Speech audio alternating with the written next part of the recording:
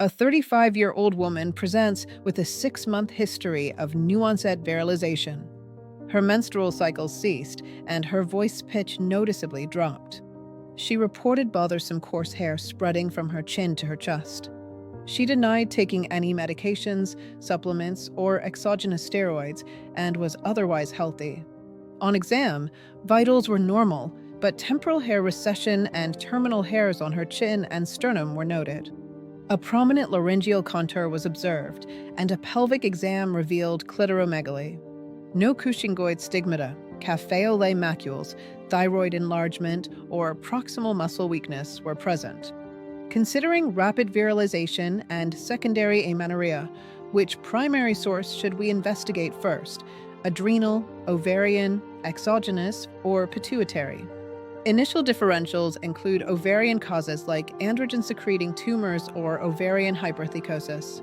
Adrenal differentials include androgen-producing adenomas or carcinomas and non-classic congenital adrenal hyperplasia.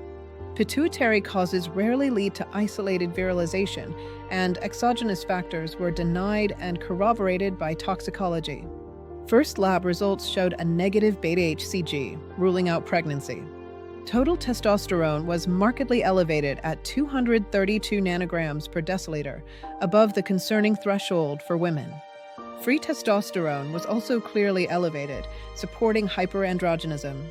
DHEAS measured 180 micrograms per deciliter, which is within or only mildly elevated from many lab reference ranges. A normal 17-hydroxyprogesterone level argued against non-classic CAH. Prolactin, TSH, and an overnight 1 mg dexamethasone suppression test were all normal, indicating no hypercortisolism. With total testosterone over 150 to 200 nanograms per deciliter and DGS not elevated, is the leading source adrenal or ovarian?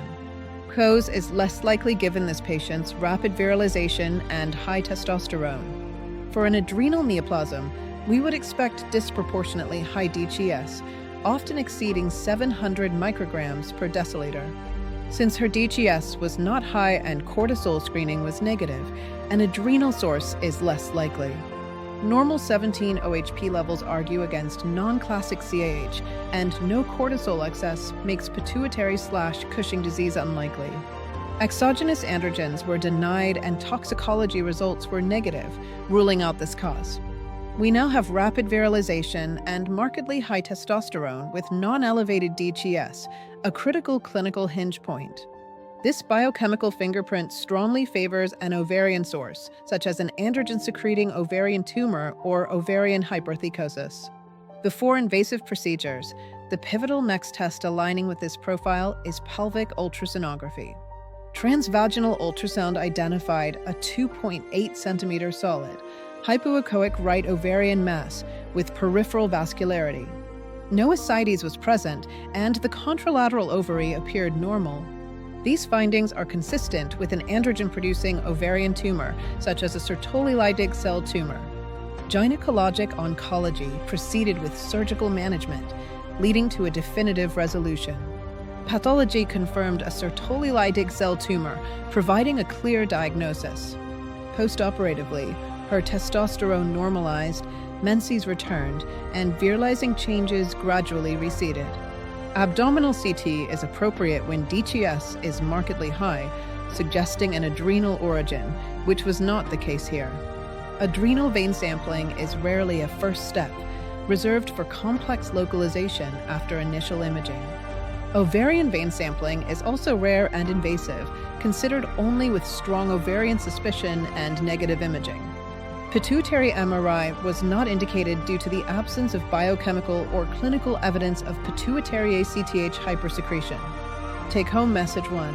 Pattern match the androgens. High total testosterone with non-elevated DHEAS points to an ovarian source, starting with pelvic ultrasound. Conversely, disproportionately high DHEAS suggests an adrenal source, requiring abdominal imaging.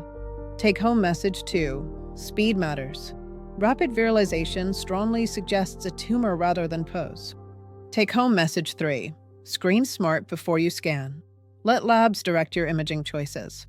Rule out pregnancy, exogenous androgens, non-classic CAH, thyroid/prolactin disorders, and Cushing's before proceeding.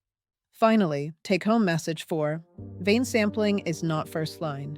Reserve it for rare, imaging negative, but biochemically proven cases.